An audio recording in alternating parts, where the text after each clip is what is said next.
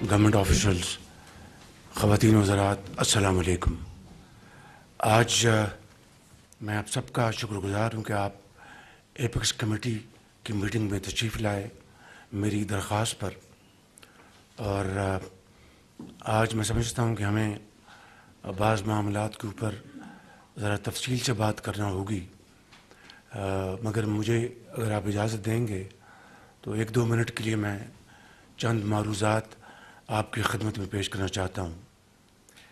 پہلی بات تو یہ ہے کہ اللہ کے فضل و کرم سے پاکستان کی جو معیشت ہے وہ آپ سب کی کاوش، محنت اور سنسیئرٹی آف پرپس سے الحمدللہ آہستہ آہستہ وہ استحکام کی طرف بڑھ رہی ہے، اور اس میں یقیناً آپ سب کا، وفاق کا، صوبوں کا، انسٹیٹیوشنز کا، آرمی چیف کا، سب کا اس میں بے پناہ رول ہے۔ اس کے بغیر ہم آگے نہیں بڑھ سکتے۔ لہٰذا میں چاہوں گا کہ آپ سب کو دل کی گہرائیوں سے میں آپ کا شکریہ ادا کر سکوں، مگر اس سے بڑھ کر اب جو اہم پہلو ہے وہ ملک کی ترقی اور خوشحالی، استحکام، stability of economy, political stability ایک دوسرے کے ساتھ جڑی ہوئی ہیں۔ اس کے بغیر کوئی بھی معاشرہ آگے نہیں بڑھ سکتا۔ تو ترقی اور خوشحالی کے لیے انتہائی اہم ہے کہ ملک کے اندر معاشی استحکام ہو اور سیاسی استحکام ہو۔ اس کے لیے یقیناً آپ سب نے اپنا کردار ادا کرنا ہے، اور اس کے لیے میں چاہوں گا کہ آج اس معاملے کے اوپر بھی ہمیں ایک کھل کر بات کرنی چاہیے، تاکہ آج ہم میٹنگ سے جب اٹھیں تو ایک ٹھوس ایک فیصلے کر کے ہم یہاں سے اٹھیں۔ جہاں تک معاشی استحکام کا تعلق ہے تو اس میں سب سے پہلی بات یہ ہے کہ میں صوبوں کا شکریہ ادا کرنا چاہوں گا جنہوں نے IMF کے پروگرام کو منظور کروانے میں وفاق کی پوری مدد کی۔ میں وزیر اعلیٰ پنجاب کا، وزیر اعلیٰ سندھ کا، وزیر اعلیٰ KP اور بلوچستان کا شکر گزار ہوں کہ انہوں نے IMF پروگرام میں جہاں تک ممکن ہوا انہوں نے اس میں پوری طرح سپورٹ کیا، اور اسی کے نتیجے میں آج الحمدللہ پاکستان کا اسٹاک ایکسچینج آج تاریخ کے سب سے اونچی سطح پہ ہے۔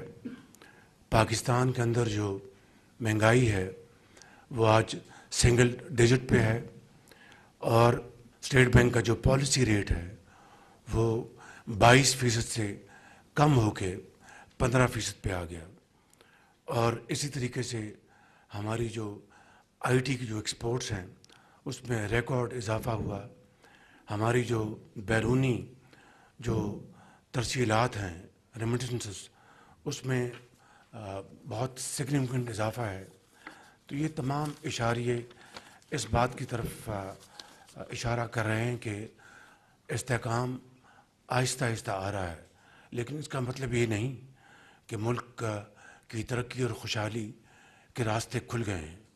وہ تبھی ممکن ہوگا کہ ملک کے اندر سرمایہ کاری ہو، پاکستانی جو سرمایہ کار ہیں وہ سرمایہ کاری کریں، بیرونی سرمایہ کاری ہو، اور اس کی جو ڈائریکشن وہ یہی ہے کہ پہلے اندرونی سرمایہ کاری کے لیے سرمایہ کار وہ کرتے ہیں، اس کے بعد حوصلہ پا کر پھر بیرونی سرمایہ کار آتے ہیں۔ اس کے علاوہ اور کوئی طریقہ کار نہیں۔ اس حالیہ IMF پروگرام میں، اور میری دعا ہے آپ سب کے ساتھ کہ یہ انشاءاللہ پاکستان کی تاریخ کا آخری یہ پروگرام ہوگا، لیکن یہ کہنے سے نہیں، یہ محنت، دیانت اور خون پسینہ بہانے کا سفر کا نام ہے۔ اس کے بغیر یہ ممکن نہیں۔ اس کے لیے یقیناً وفاق کو اور چاروں صوبوں کو ساتھ مل کر چلنا ہوگا۔ آج جو ریفارمز ہو رہی ہیں، میں مثال دے رہا ہوں آپ کو، FBR میں جو ریفارمز ہو رہی ہیں، ابھی میں نے کل ایک میٹنگ کی ہے جو IMF کی ابھی ٹیم آئی ہے، اس کے بارے میں موقع آئے گا تو آنریبل منسٹر فائنانس آپ کو بریف کریں گے۔ ابھی کل میں نے جو میٹنگ کی ہے، ایک خاتون کو 80 سالہ خاتون ہے، ان کا ایک اکاؤنٹ تھا، اس کو کلوژن کے ذریعے اس اکاؤنٹ کو اپنا لیا گیا اور اس کے ذریعے ایک فیک جو جس کو فلائنگ انوائسز کہتے ہیں یا فیک انوائسز کہتے ہیں،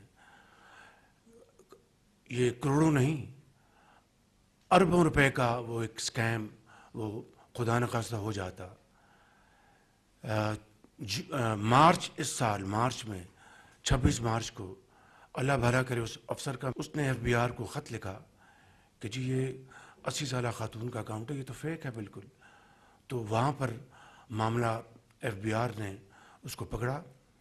اس وقت تک صرف 37 کروڑ روپے اس غریب قوم کے وہ ہڑپ کیے جا چکے تھے، اور اگر وہ جو کلوژن کے ساتھ وہ سکیم اگر چلتا تو آج اربوں کھربوں روپے اس ملک کے فیک انوائسز کے ذریعے کھائے جاتے۔ میں ایک مثال میں نے آپ کو دی ہے اسی IMF کے تناظر میں کہ ہم کب تک، اب دیکھیں IMF کے پروگرام کے لیے ہمیں سعودی عربیہ، ہمیں UAE اور چائنا کی ان کی ہمیں مدد لینی پڑی، اور تب جا کر یہ پروگرام یہ 25 سپٹمبر کو واشنگٹن میں اپروو ہوا۔ ٹیکس بیس بڑھانا ہے، بالکل بڑھنا چاہیے، اس کے لیے کوشش ہو رہی ہے، لیکن یہ راتوں رات تو نہیں ہوگا۔ وہ ٹیکس بیس بڑھانا ہے، کس طرح بڑھانا ہے وہ علیحدہ اس کو ہم تفصیل سے بات کر سکتے ہیں، لیکن جو آپ کی لیکیج ہے، جو ایویژن ہے اور میسو ایویژن کھربوں روپے کی، اس کو اگر آپ روکیں گے اور اپنے خزانے میں لے کے آئیں گے تبھی جا کر آپ قرضوں سے جان چھڑوائیں گے اور IMF سے جان چھڑوائیں گے۔ چاہے یہ آپ کا کسٹم ڈیوٹیز ہیں، سیل ٹیکس ہیں، چاہے آپ کی پاور سیکٹر میں آپ کے سرکولر ڈیٹ ہے، آپ کی بجلی چوری ہے، یہ دوسرے معاملات ہیں۔ تو میں گزارش یہ کرنا چاہتا ہوں آپ کی خدمت میں کہ میرے ساتھ آپ سب نے ہاتھ بٹانا ہے، اس کے بغیر نہیں ہوگا۔ It is not about you and me, it's about us. تب یہ ملک انشاءاللہ تیزی سے آگے بڑھے گا۔ میں آپ کو دل کی گہرائیوں سے مبارکباد دینا چاہتا ہوں اس حوالے سے کہ آج 8 مہینے ہماری حکومتوں کو مارج وجود میں آئے ہوئے، یعنی کوئی جینون کوئی اخباروں کی زینت کوئی سکیم بنا وہ تو دور کی بات ہے، کوئی جھوٹا سکیم بھی نہیں آیا آپ کے خلاف۔ میں سمجھتا ہوں کہ یہ انتہائی لائق تحسین بات ہے کہ آپ کے کوئی مخالفین ہیں، دشمن ہیں، اندر ہیں، باہر ہیں، ان کو موقع نہیں ملا۔ تو یہ ایک بہت بڑی سٹرینتھ ہے، مورل سٹرینتھ ہے آپ کی گورننس کے لیے، عوام کی خدمت کے لیے۔ اسی طریقے سے میں چاہوں گا کہ میں یہاں پر شکریہ ادا کروں وزیر اعلیٰ سندھ کا کہ پولیو کے اوپر انہوں نے بہت میسو ایفرٹ کر رہے ہیں، اور مجھے باقاعدہ میں نے میٹنگ کی 2-3 ہفتے پہلے، اور میں نے پھر ان کو خطوط لکھے شکریہ کے، وزیر اعلیٰ کو بھی، ان کے چیف سیکرٹری کو بھی، جو پوری طرح فوکسڈ ہیں۔ وزیر اعلیٰ پنجاب نے اب ایگریکلچر ٹیکس میں لیڈ لی ہے، جو کہ آج وقت کی انتہائی اہم ضرورت ہے۔ باقی صوبے بھی انشاءاللہ اس کو کریں گے۔ چیف منسٹر KP نے میرا خیال ہے جی ان کی کیبنٹ نے اپروو کر دیا ہے، وہ لے کے جا رہے ہیں اپنی اسمبلی کے پاس۔ مجھے امید ہے کہ چیف منسٹر سندھ بھی، چیف منسٹر بلوچستان بھی اس کو لے کے آئیں گے۔ یہ ہے وہ آل اباؤٹ اس، ٹیم ورک، جوائنٹ ایفرٹ۔ بہترین اذان، دنیا کے بہترین اذان پاکستان میں ہے۔ بریلینٹ مائنڈز، آپ کے پاس قدرتی وسائل اللہ تعالیٰ نے کھربوں ڈالر کے اللہ تعالیٰ نے ہمیں ایک نعمت کے طور پر عطا کی ہے۔ میں یہاں پر کوئی ایسی بات نہیں کرنا چاہتا، لیکن صرف حافظے کے لیے یہ کہنا چاہتا ہوں، چاہے آپ ریکو ڈک کو لے لیں، چاہے آپ پنجاب کے چنوٹ کے اپنا خزانے کو لے لیں، ایک رتی 1 کلو بھی اپنا نکالنے سے پہلے لیگل سوٹس ہو گئے، اور اربوں روپے ہم نے فیسوں میں ضائع کر دی اور تاوان دے دیے۔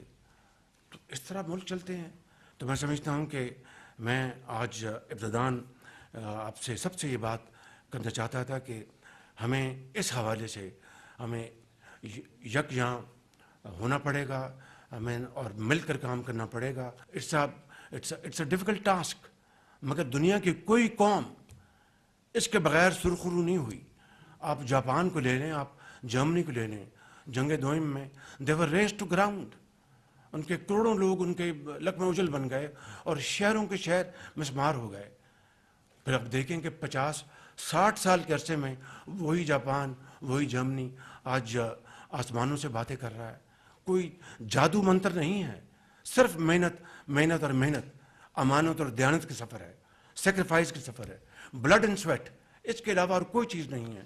تو پاکستان کو تو اللہ تعالیٰ نے ان تمام نعمتوں سے نوازا ہوا ہے.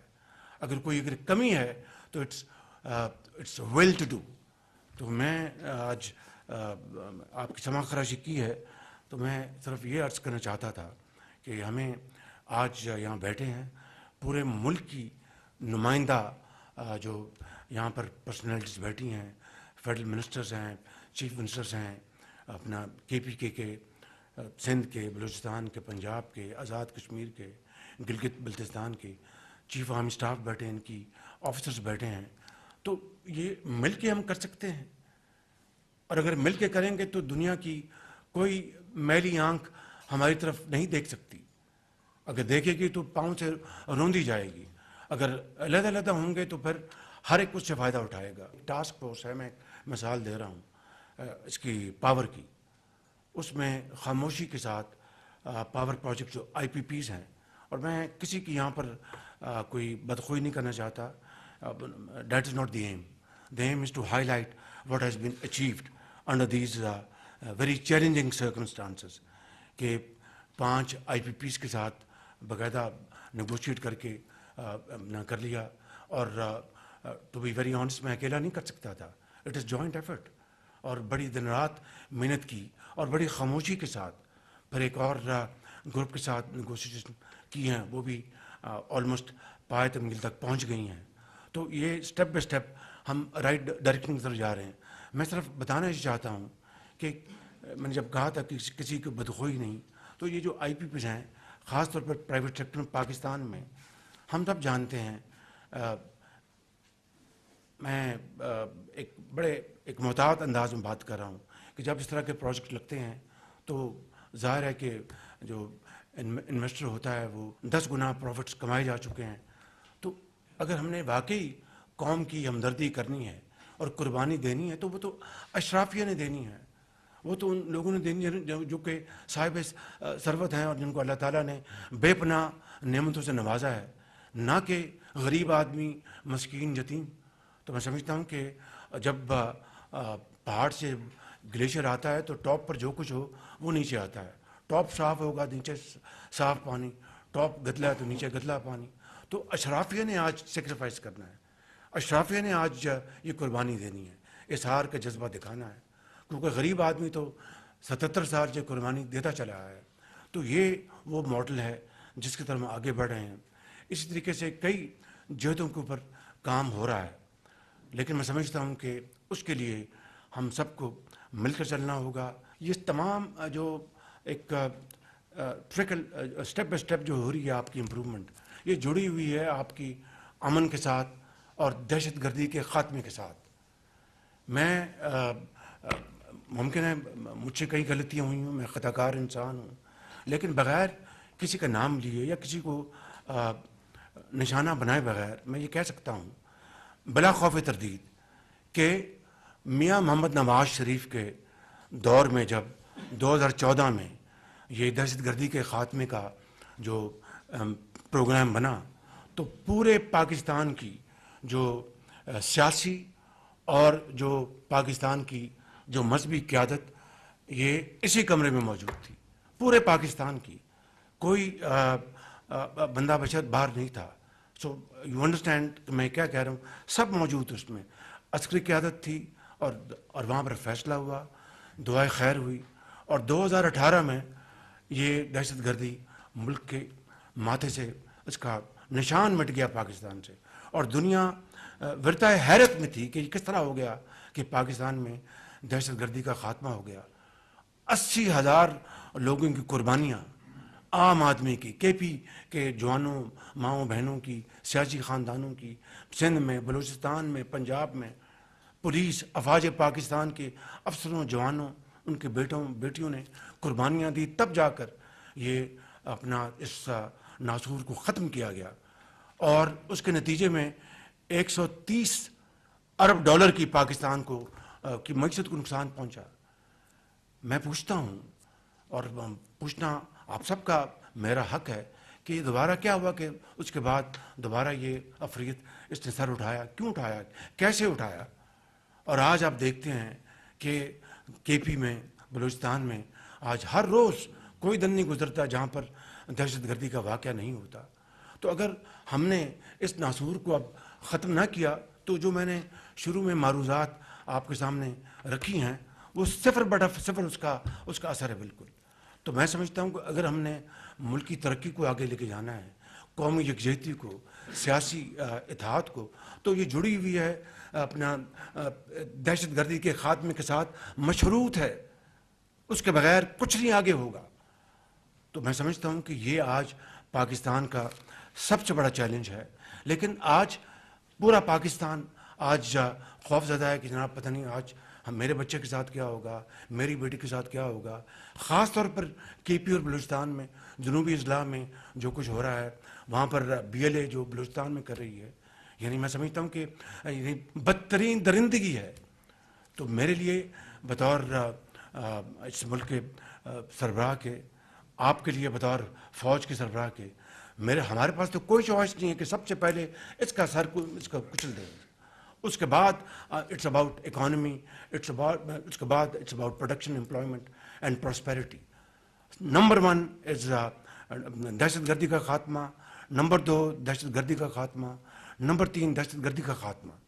آپ دیکھیں کہ وہ دنیا جو حیران تھی کہ پاکستان میں دہشت گردی ختم ہو چکی ہے، آج وہ ہم پہ اپنا تانا زن ہے، ہمارا مذاق بنا رہی ہے۔ تو میں سمجھتا ہوں کہ یہ وہ معاملات ہیں جس کے لیے آج ہم اکٹھے ہوئے ہیں۔ اور آخری بات بڑے ادب سے میں عرض کرتا ہوں کہ پچھلے کئی ماہ سے ہمارے SCO کانفرنس ہوئی، بڑی کامیاب کانفرنس ہوئی، اس کے لیے میں آپ سب کا شکریہ ادا کر چکا ہوں، اپنا مبارکباد بھی دے چکا، لیکن ہر موقع کے اوپر یہاں پر کوئی نہ کوئی دھرنا ہوتا تھا۔ میں سمجھتا ہوں کہ یہ کس حد تک ہم اپنے ذرا آرام سے بیٹھیں کہ کیا یہ پاکستان کے مفاد میں ہے۔ اگر دھرنا یا جلوس اگر دینا ہے، کرنا ہے، تو وہ اس کے بعد ہو سکتا ہے۔ میں سمجھتا ہوں کہ میں اس معاملے میں اس سے زیادہ آگے نہیں جاننا چاہتا، صرف یہ ادب سے درخواست کرنا چاہتا ہوں کہ ہمیں بیٹھ کر ٹھنڈے دل کے ساتھ ان معاملات کو سوچنا ہے۔ اگر واقعی پاکستان کی ترقی اور خوشحالی آپ سب کو عزیز ہے، جو کہ ہے آپ کو، پھر فیصلہ کرنا ہے کہ ہم دھرنے دے لیں، لانگ مارچز کر لیں، یا پھر ترقی اور خوشحالی کے مینار کھڑے کریں۔ It's all up to us, choice is ours, time and tide, wait for none. آپ کا بہت شکریہ۔ وزیر اعظم میاں شہباز شریف ایپیکس کمیٹی کے اجلاس سے خطاب کر رہے تھے۔ انہوں نے کہا کہ یہ IMF کا پروگرام آخری پروگرام ہوگا، خون پسینہ بہائے بغیر آخری پروگرام بنانا ممکن نہیں ہوگا۔ 80 سالہ خاتون کے اکاؤنٹ سے جعلی انوائسز بنائے گئے۔